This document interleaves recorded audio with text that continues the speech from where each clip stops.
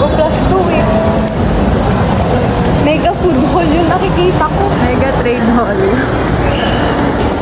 So, diretso. Mega trade hall 3. Dito na kami. Papasok ako, wait lang. Excuse me. Oh, hindi tayo pwede. Ano po? Ano pong klase? Almazar po. Almazar? Yes po. Jenny Tamay. Anong araw ba to? Wednesday po. Thursday what? Ina. Opo. Yung ka-declare ka na dalawang kampanya. Opo, nasa loob na yung isa. Alam mo.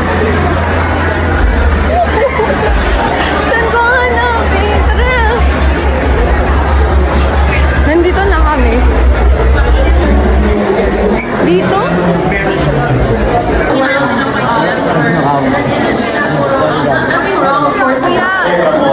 So, yung story ng My Husband is a Mafia Boss, sobrang nakakatuwa siya gawin. Kaya, ang dami rin talaga nagmamahal din sa story. And so, sobrang love namin siya. This particular character that you play, how did you approach playing a mafia boss who is both powerful and romantic? Well, first of all, thanks for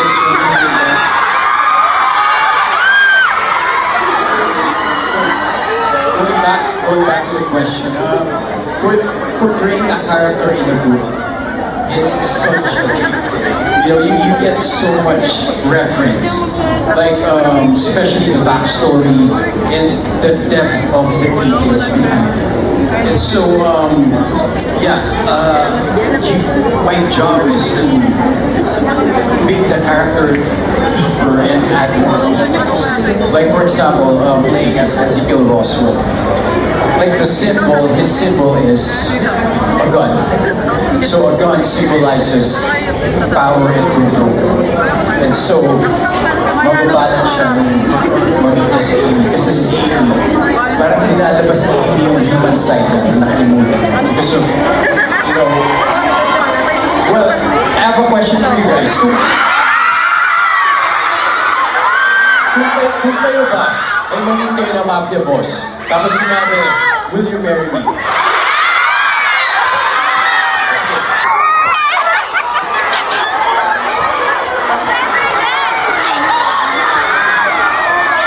Just garnered 500 yeses to your proposal. And what has what?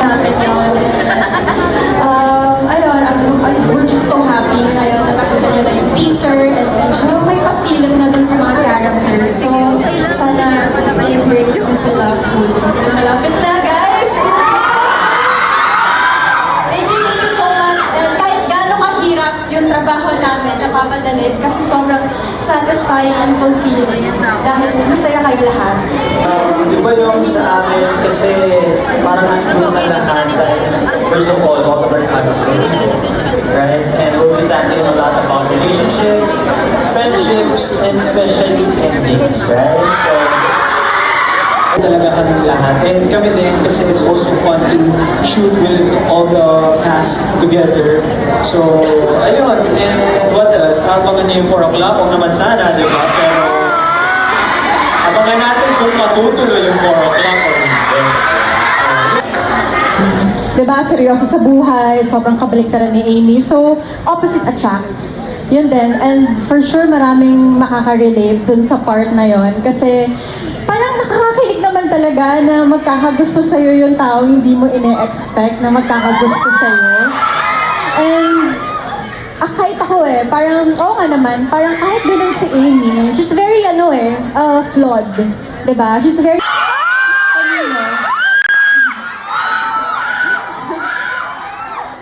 diba? So parang, ano ba yan, nawala ako. Hindi, ayun. So, yun yung exciting part doon. Kung ako, sobrang niya akong tinulungan. As in, yung ang daming pagkakataon na parang hindi ko alam kung paano ko maitatawid yung eksena ko.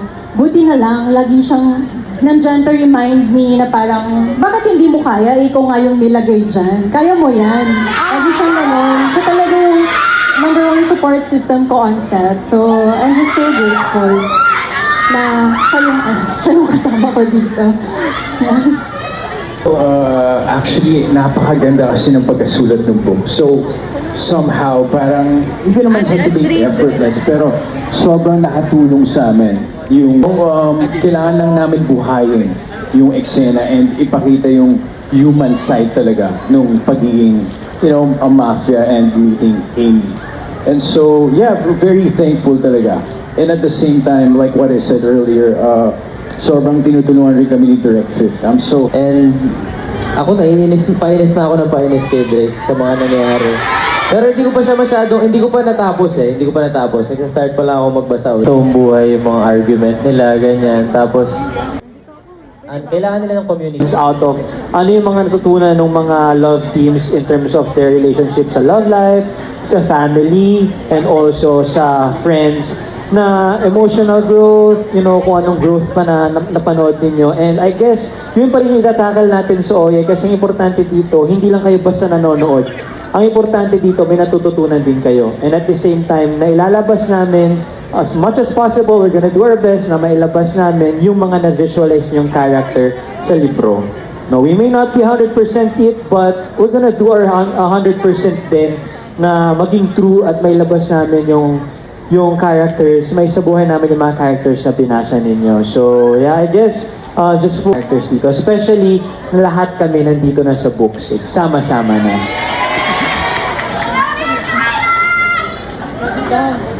Hindi pinapakita, lahat tayo may pinagdadaanan.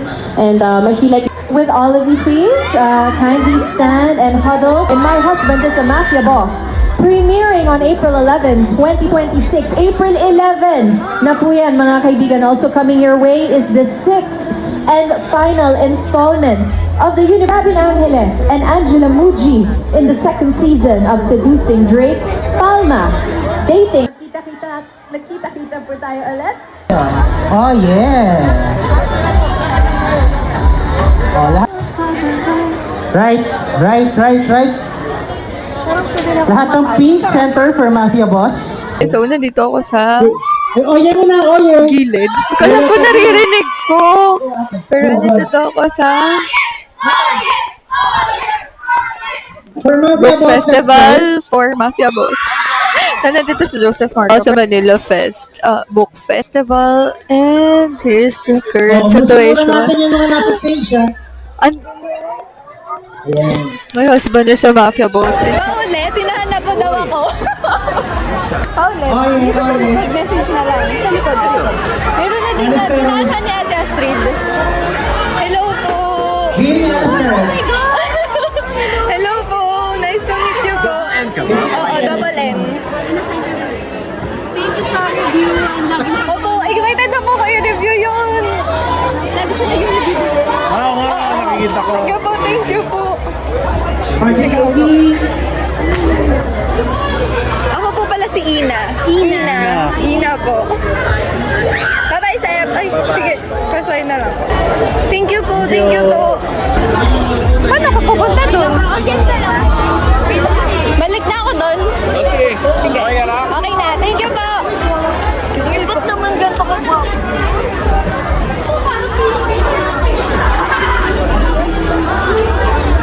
Tara na! Kilig na ako, guys.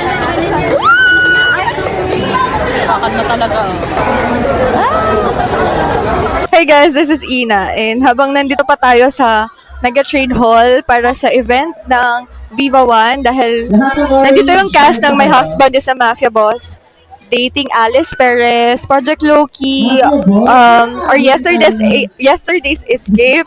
And yun na nga, April 11, magsa-start na yung My Husband is a Mafia Boss, and make sure na kapag-download na kayo ng Viva One app. And also, on April 18, magaganap na yung Viva One. The next fan takeover happening on April 18 at New Frontier. So, bilhin na kayo ng ticket kung hindi pa kayo nakakapag-avail. Hello! Sa kami, gusto ko para akong reporter dito. Okay, let's go. Thank you po. Ano to, reporter, vlogger? So, tapos na tayo. Gusto ko mag-picture dito. Nasaan na sila? Nandito na kami. Tapos na kami magpapirma. Oh my God! Grabe, sobrang kinikilig ako kasi nakilala nila ako. Kahit nagpakilala pa din ako, pero namumukhaan nila ako. Success! Success tayo!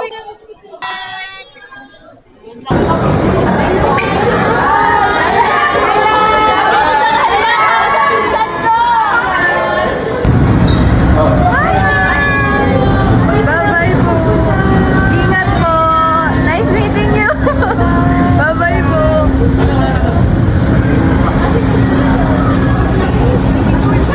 Sep! Sep! Smile! Miss Lina! Solo. Sep, picture. 1, 2, 3. You know, Thank you. Hala ko doon ko makakarating. excited na. Excited na ako. April 11. Picture ko, meron. 17. Mark. Anong oras po? Anong oras po? Present ako. Sa office lang kami nun. Nasa baba lang kami. So much. Thank you. So much. Bye guys. Bye-bye. Thank you. Ingat. Bye guys. Thank you so much. Bye-bye. Thank you so much. Kuya, ang kanilig ka. Hindi tayo nag-group fee.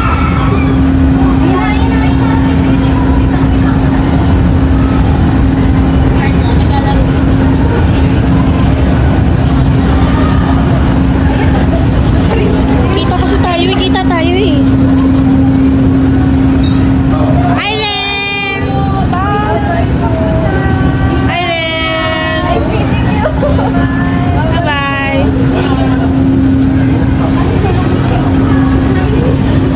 Sep! Sep! Smile! Sep! Picture ta solo! Sep, picture! 1, 2, 3. You know. Thank you. Thank you so much. Bye po!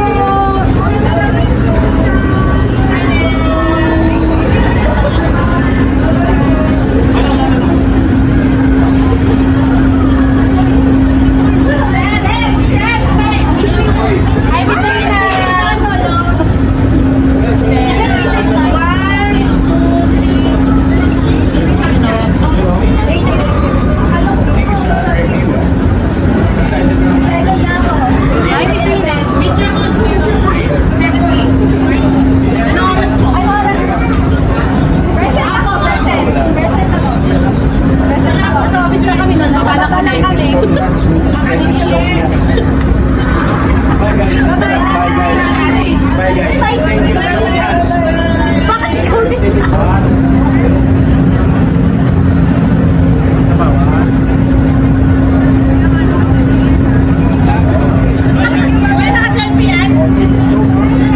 As you can see, I already have the book of My Husband is a Mafia Boss. Actually, hindi ako talaga bumili kasi sabi ko, baka magkaroon ng mga pa meet and greet and book signing kineme. But, ayan, meron siya.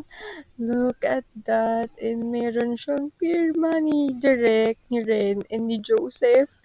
Like, so happy! And, syempre, ito yung highlight ng aking pagpa-fangirl today. This one. Grabe. Parang kahapon nakita ko lang to na pinost ni Viva kasi nga ito na yung official poster ng My Husband is a Mafia Boss. But look, ito talaga yung nagdala. Thank you so much, Ren and Joseph. Like, I'm so kilig. So, ayun lang. Pagod pero laban sa pagpa-fangirl. Bye.